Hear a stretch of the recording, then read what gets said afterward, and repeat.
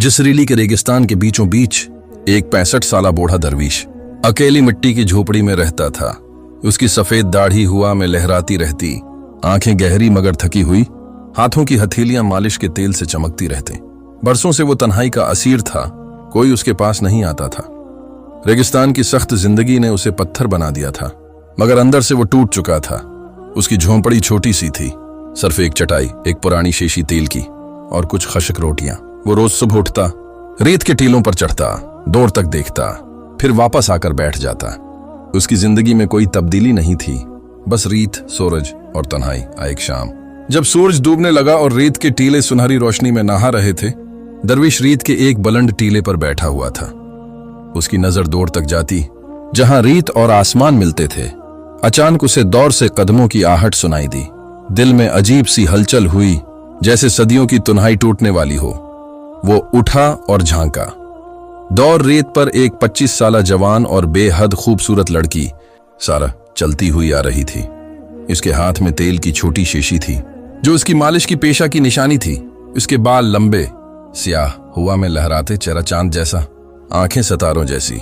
दरवीश बेसाख्ता पुकार उठा, सुनो, उधर आओ, मेरे पास आओ। सारा जो धीरे धीरे चल रही थी, आवाज सुनकर ठटकी, फिर कदम तेज कर दिए। दरवीश अपने आप पर काबू न रख सका और दौड़कर उसके पास पहुंचा। खामोशी से उसका हाथ पकड़ा और सनसान रेत के एक धीर की तरफ ले जाने लगा। सारा हैरत से बोली, अरे कौन हो तुम? कहां ले जा रहे हो मुझे? हाथ क्यों पकड़ा है? दरवीश ने कोई जवाब न दिया, बस हाथ मजबूती से थामे रखा। दोनों एक बुलंद रेत की चोटी पर पहुंचे, जहां परिंदा भी पर न मार सके। वहां रखकर दरवीश ने धीमी आवाज में कहा, तुम एक मालशी हो? सारा ने सिर हिलाकर हामी भरी। हाँ। अरे कौन हो तुम? मैं वाकई मालशी हूं, लड़कियों की मालिश करती हूं। यह सुनकर दरवीश के चेहरे पर खुशी की लहर दौड़ गई। तो क्या तुम मेरी कमर पर मालिश कर सकती हो? सारा घबरा कर बोली, तुम्हारा दिमाग तो ठीक है, मैं तो सिर्फ लड़कियों की मालिश करती हूं, तुम तो एक बूढ़ा आदमी हो। दरवीश ने झट से कमर पकड़ ली और नीचे बैठते हुए कराहता हुआ बोला, यहां दर्द हो रहा है, देखो जरा मालिश कर दो, शायद आराम मिल जाए। सारा कुछ पल ठहरी, फिर धीरे से झुककर कमर पर तेल मिलने लगी। दरवीश ने आंखें बंद कर लें, चेहरे पर सुकून उतर आया, मगर दिल में एक छिपा हुआ मकसद पूरा होने की तरफ पहला कदम उठ चुका था। चारों तरफ अंधेरा छा गया। सारा उठकर खड़ी हुई और रेगिस्तान से बाहर जाने लगी। दरवीश घबरा कर बोला, इतनी रात में कहां जाओगी? आज की रात यहीं मेरे पास ठहर जाओ। सारा ने देखा कि रात वाकई गहरी हो चुकी थी। वो ठटक कर रख गई और दरवीश की तरफ देखने लगी। दरवीश बूढ़ा मगर अब भी दिलकश था। वो बस देखती रही, फिर बेअख्तियार कदम बढ़ाए उसके पास आई और आंखों में झांकते हुए बोली, ठीक है, आज मैं तुम्हारे पास ठहर जाती हूँ, मगर यहाँ सोने की जगह कहाँ है? दरवीश मुस्कुरा कर बोला, जगह मिल जाएगी, बस तुम मेरे साथ सोने वाले बनो। ये कहकर उसने सारा का हाथ पकड़ा और रेत के टीले की तरफ चढ़ने लगा, जहां उसकी मिट्टी की झोंपड़ी थी। झोंपड़ी के पास पहुंचकर सारा ठटक कर बोली, ये तो बहुत छोटी सी झोंपड़ी है, यहाँ तो सिर्फ एक ही आदमी सो सकता है। दरवीश उसकी आंखों में देखकर बोला, झोंपड़ी छोटी है, मगर ये रेगिस्तान बहुत बड़ा है, क्यों ना हम दोनों झोंपड़ी के बाहर उसी रेत पर सो जाएं? सारा बोली, ठीक है, जैसे तुम्हारी मर्जी। दरवीश ने फौरन रेत पर चटाई बिछाई और कहा, आओ यहां बैठो। सारा चटाई पर बैठ गई। दरवीश भी करीब बैठ गया। कुछ पल बाद उसकी नजर सारा के हाथ में रखी तेल की शीशी पर पड़ी। मुस्कुराकर पूछा, मालिश करने के कितने पैसे लेती हो? सारा बोली, जो जितना दे वही ले लेती हूं। दरवीश ने फिर सवाल किया, और मुझसे कितना लोगी? सारा चुप रही, कोई जवाब न दिया। दरवीश ने धीमी आवाज में आंखों में देखते हुए कहा, तुम क्या किया मालिश करती हो? सारा ने सादा लहजे में कहा, जो जिसकी चाह हो वही कर देती हूं। यह सुनकर दरवीश के होंठों पर हल्की मुस्कान आई। वो उठा, झोंपड़ी के अंदर गया और लकड़ियां लाकर आग जलाई, फिर 2 अंडे उबाल कर सारा के सामने रख दिए। सारा हैरान होकर बोली, इसकी क्या जरूरत थी? दरवीश ने नरमी से कहा, यहां बहुत सर्दी है, ये खा लो, तुम्हारे काम आएंगे। सारा सवालती नजरों से देखती रही, मगर चुप रही। उसने एक अंडा खा लिया और पूछा, और तुम कुछ नहीं खाओगे? दरवीश बोला, मुझे सर्दी नहीं लगती, ये तुम्हारे लिए है, तुम्हें जरूरत है, मुझे नहीं। सारा सोच में पड़ गई, दरवीश का असल मतलब क्या है, मगर कुछ समझ न सकी। उसने दूसरा अंडा भी खा लिया। तब तक बादल गहरे हो चुके थे। सारा वही चटाई पर लेट गई। दरवीश भी पास ही दूसरी चटाई पर लेट गया और दोनों नींद की आगोश में चले गए। सुबह हुई। सारा अभी गहरी नींद में थी कि दरवीश जाग उठा और रीत के एक टीले पर जाकर अपना बाजू थाम कर बैठ गया। अचानक वो चीखने लगा, हाय मेरा बाजू, मेरा बाजू। सारा घबरा कर जाग उठी। आवाज सुनते ही भागती हुई आई। दरवीश कराहते हुए बोला, मेरे बाजू में आग लग रही है। देखो देखो। उसकी आवाज में इतना दर्द था कि सारा के कदम तेज हो गए। वो आते ही पास पहुंची, घुटनों के बल बैठ गई और नरमी से पूछने लगी, कहाँ दर्द हो रहा है? यहाँ। वो बाजू को आहिस्ता आहिस्ता छूने लगी। दरवीश ने आंखें किसकर बंद कर लें और कराह कर बोला, हाँ वही जगह है, बस वही। इसके चेहरे पर अजीब सा सुकून आ गया, जैसे सारा की अंगुलियों के लम्स ने उसे किसी और दुनिया में पहुंचा दिया हो। सारा पूरी तौजा से बाजू पर तेल मिलाती रही और बोली, अरे कौन हो तुम? तुम्हारे जिस्म में इतनी दर्द क्यों छुपे हैं? लगता है जैसे बरसों से किसी ने तुम्हारा ख्याल ही नहीं रखा।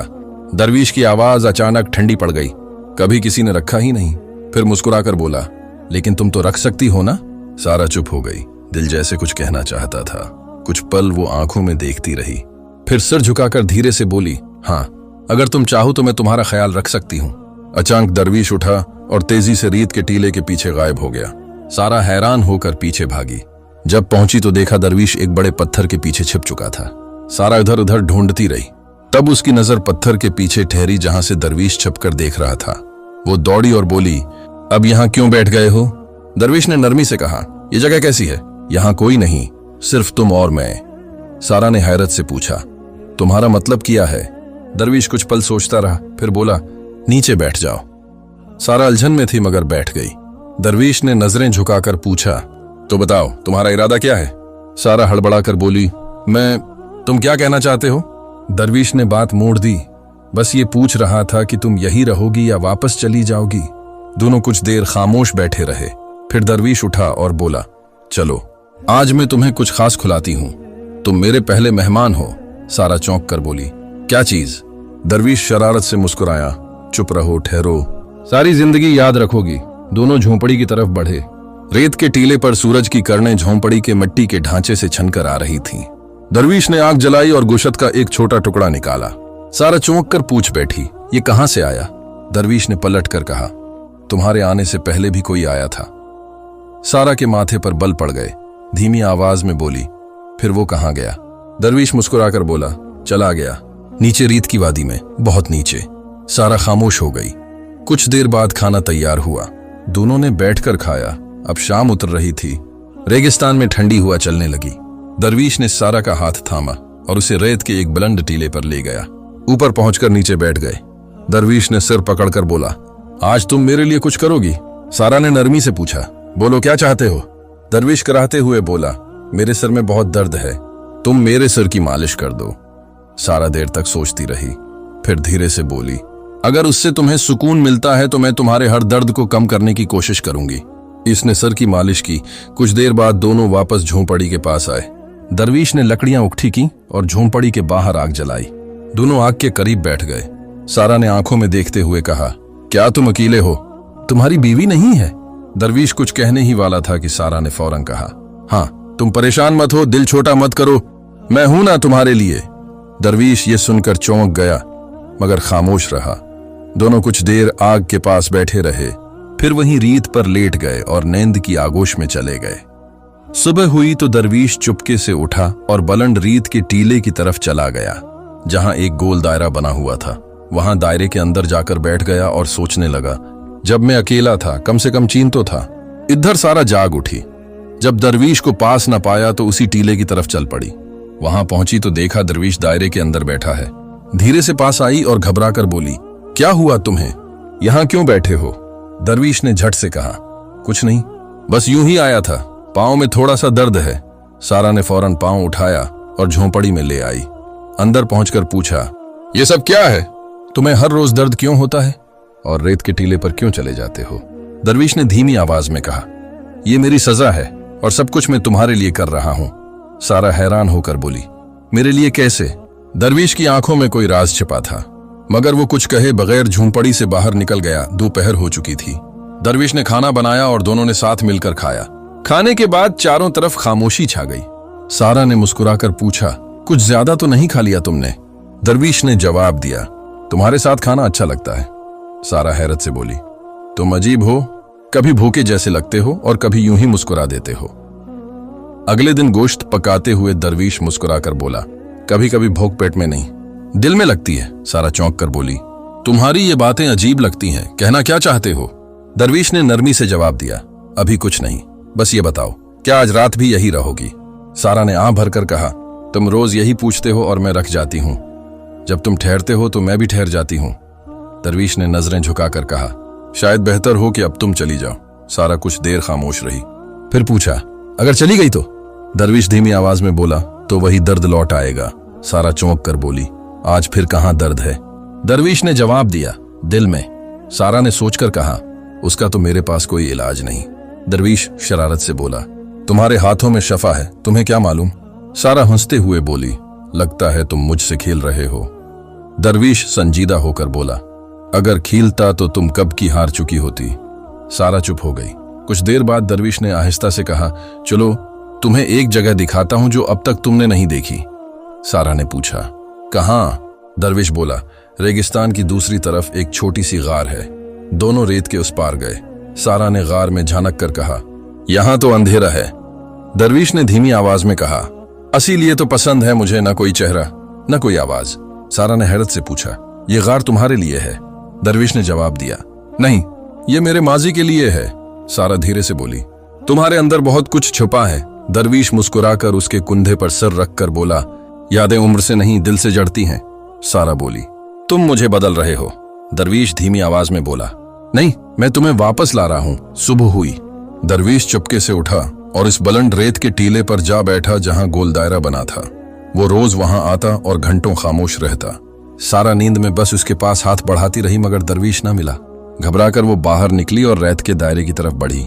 करीब पहुंचकर बोली, रोज सुबह यहां बैठने की वजह क्या है? दरवीश नरमी से बोला, ये जगह खामोश है और खामोशी में अपनी आवाज सुनाई देती है। फिर धीरे से कहा, आज मेरे बाएं कुंधे में अजीब सा दर्द है, जरा देख लो। कल कमर में था, आज कुंधे में। सारा मुस्कुराकर बोली, तुम्हारे दर्द का ये सिलसिला कब खत्म होगा? उसने दरवीश के कुंधे पर हाथ रखकर मालिश शुरू की। यहां थोड़ा नीचे, हाँ, ये जगह तो ठंडी लग रही है। यहां दर्द कैसा? दरवीश मध्यम लहजे में बोला, कुछ दर्द जिस्म में नहीं होते। सारा खामोश रही, बस हाथ चलाती रही। दरवीश ने आंखें बंद कर लें और बोला, जब तुम छूती हो तो सब कुछ थम जाता है। तुम तो सिर्फ तेल लगाती हो, मगर उसका असर इतना क्यों होता है? सारा हैरत से बोली, शायद तुम्हें अंदाजा ही नहीं कि तुम मेरे लिए क्या हो। दरवीश चुप रहा। सारा कुछ कहना चाहती थी मगर जबान साथ न दे सकी। दरवीश ने बात बदलते हुए कहा, चलो आज तुम्हें एक और जगह दिखाता हूं। दोनों रियत के टीले की दूसरी तरफ गए। पतली सी पगडंडी के पीछे दरख्तों के बीच एक पुराना चश्मा बह रहा था। सारा हैरत से बोली, ये जगह तुमने मुझे पहले क्यों नहीं दिखाई? दरवीश ने धीमी आवाज में कहा, क्योंकि ये जगह सिर्फ उनके लिए है जो अपने अंदर बहने की हिम्मत रखते हैं। सारा बोली, आज तुम कुछ बदले बदले लग रहे हो। दरवीश पलट कर बोला, और क्या तुम हर दिन वैसी ही रहती हो? मैं रोज नया बनने की कोशिश करता हूं, मगर अंदर वही हूं जो कभी था। सारा ने नरमी से पूछा, और वो कौन था? दरवीश ने नजरें छिपाए, वो जिसे खुद से नफरत हो गई थी। कुछ पल दोनों चुप रहे, फिर सारा आहिस्ता से बोली, ये सब तुम कैसे सहते हो? दरवीश ने मध्यम लहजे में कहा, सहता नहीं, शायद इंतजार है। सारा बोली, किसका इंतजार?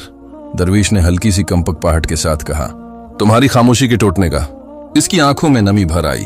अगले दिन दरवीश फिर सुबह चुपके से उठा और रीत के टीले पर इस गहरे दायरे में जा बैठा। वहां गरज कर दुआ करने लगा, मैं अपने गुनाहों से तौबा करता हूं। इतने में सारा भी वहां आ पहुंची और उसकी सारी बातें सुन ले। कुछ देर सोच में डूबी रही, फिर बोली, तुम्हारी आंखों में वही रोशनी है जो मैंने बरसों पहले एक और मर्द में देखी थी। दरवीश चौंक कर बोला, किस में? सारा धीरे से बोली, एक मर्द था, बूढ़ा था मगर दिल का बहुत नर्म। वो भी ठीक उसी तरह देखता था जैसे तुम। दरवीश ने नजरें छिपाना चाही, मगर सारा की निगाहों से बच न सका। वो गहरी सांस लेकर आसमान की तरफ देखता हुआ बोला, मुझे मालूम है तुम कुछ छिपा रही हो, मगर मैं इंतजार कर सकता हूं जब तक तुम खुद सब कहने को तैयार ना हो। इसी पल दूर आसमान पर बिजली चमकी और दरवीश कांप पड़ा। बारिश की बूंदें उसके चेहरे पर गिरती रहीं। सारा धीरे से बोली, हाँ। वो चला गया और मैं बरसों उसके लौट आने का इंतजार करती रही। दरवीश की आंखें भर आए, कांपते होंठों से बोला, अगर वो मर्द वापस आ जाए तो? सारा ने धीरे से जवाब दिया, मैं उससे कुछ न पूछूंगी, बस चाहूंगी कि वो मेरे साथ खुशी से रहे। दरवीश ने कांपती आवाज में कहा, अगर वो मर्द में हूं? सारा सुन रह गई, जैसे सांस रख गई हो। दरवीश ने हिम्मत करके उसकी तरफ देखा और बोला, मैं वही मर्द हूं जिसने बरसों पहले तुम्हें छोड़ दिया था। सारा की आंखों में नमी तहराई, धीमी आवाज में बोली, तुम मेरे दरवीश? दरवीश ने गर्दन झुका ली और आहिस्ता से कहा, मैं तुम्हारा शौहर हूं, वही जिसने तुम्हें तन्हा छोड़ दिया था। फैजा साकत हो गई, हवा भी थम सी गई, रेगिस्तान जैसे कोई राज बयान कर रहा हो। सारा ने सिर झुकाए कांपती आवाज में बोली, मुझे डर था कि कहीं तुम मुझे माफ न करो। दरवीश ने आगे बढ़कर उसके कांपते हाथ थाम लिए। सारा की आंखों से आंसू बहने लगे। वो धीमी आवाज में बोली, मैं बस खूबसूरत रहना चाहती थी हमेशा, इसी ख्वाहिश ने सब कुछ छीन लिया। दरवीश धीरे से बोला, क्या हुआ था तुम्हारे साथ? सब कुछ बता दो, आज दिल हल्का कर लो। सारा ने गहरी सांस ली और धीमी आवाज में अपनी कहानी सुनाने लगी। इस दिन जब मैंने तुम्हें छोड़ा था तो अकेली निकल पड़ी। दिल में बस एक ही आरजू थी कि मैं दुनिया की सबसे हुसैन औरत बन जाऊं। चलते चलते मैं एक वीरान रेगिस्तान पहुंची जहां एक पुरानी मिट्टी की झोंपड़ी थी। मुझे एक अजीब सी औरत मिली। वो एक काली जादूगरनी थी। सारा के हाथ कांपने लगे। उसने कहा, अगर चाहती हो कि तुम्हारी जवानी कभी खत्म ना हो तो उसकी कीमत चुकाना होगी। मैंने हामी भर ली। दरवीश गहरी सांस लेकर सुनता रहा। सारा आगे बोली, उसने मुझे कुछ तावीज दिए, कुछ मंत्र सिखाए और कहा कि हर महीने किसी जिंदा चीज का खून अपने जिस्म पर लगाना होगा। शुरू में मैंने छोटे परिंदों का खून लिया, फिर खरगोश, फिर बकरियां, और फिर इसकी आवाज कांप गई। फिर मेरे जिस्म में अजीब अजीब दर्द उठने लगे, जैसे अंदर कुछ सड़ रहा हो। कभी कमर में तेज चुभने, कभी हाथों में जलन, और कभी ऐसा लगता जैसे दिल धड़कना ही भूल गया। वो रकी आंसू बहाते हुए जारी रखा। फिर मैं एक आमिल बाबा के पास गई। उन्होंने सब कुछ सुनकर कहा, तुमने कुदरत के साथ बगावत की है, अब माफी सिर्फ तौबा से मिलेगी। तुम्हें तन्हा रेगिस्तान में रहकर अपने गुनाहों की माफी मांगनी होगी। और याद रखो, जिस मर्द को तुमने छोड़ा है उसे वापस लाओ, जिस दिल को तोड़ा है उसकी खिदमत करो, और जिस खामोशी को जन्म दिया है उसका कुफारा अदा करो। मैं बरसों से यही कर रही हूं, तुम्हारे दर्द को अपना दर्द बनाकर, तुम्हारी खिदमत करके, तुम्हें वापस लाकर। दरवीश की आंखों में आंसू तैर गए।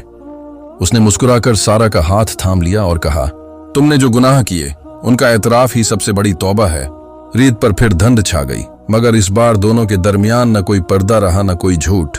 अचानक एक झटके से सारा के जिस्म में हरकत हुई और वो अपनी असल हालत में लौट आई। अब वो पहले जैसी गैर मामूली हुसैन न रही, मगर उसके दिल और जिस्म दोनों को सुकून मिल चुका था। बारिश थम गई, सूरज निकल आया और रेगिस्तान की रेत पर एक नई सुबह का आगाज हुआ।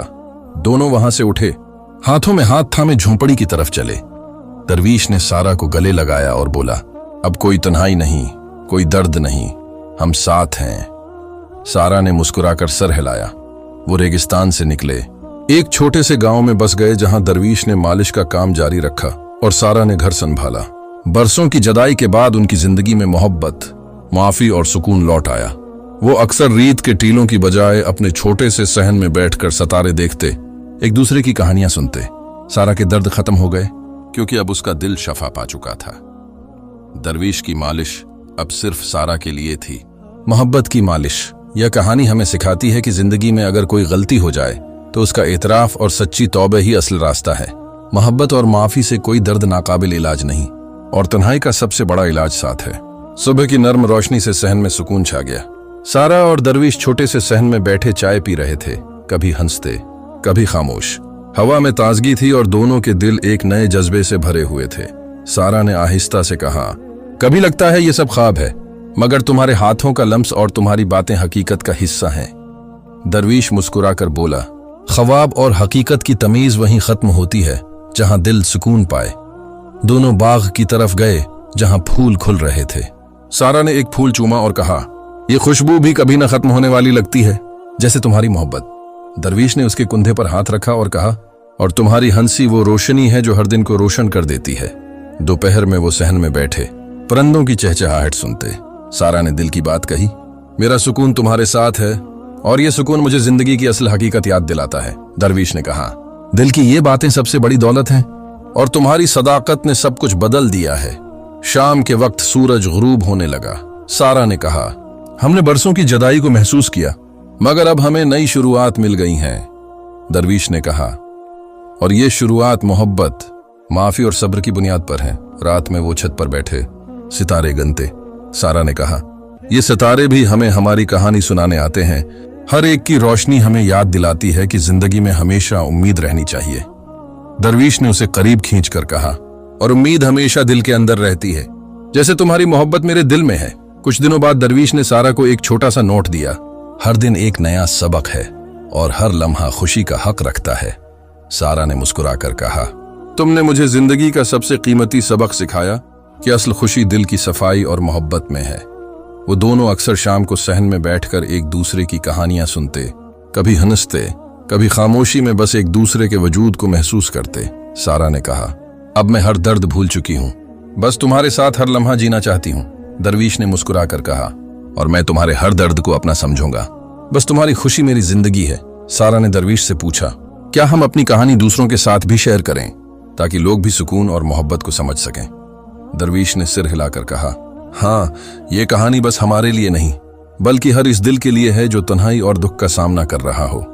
आखिर में सारा ने सबके लिए पैगाम दिया, अगर तुमने हमारी कहानी से सुकून और उम्मीद महसूस की तो हमारे चैनल को सब्सक्राइब करो ताकि मोहब्बत और माफी की ये कहानी हर दिल तक पहुंच सके। हर दिन एक नया सबक है और हर लम्हा मोहब्बत के काबिल है।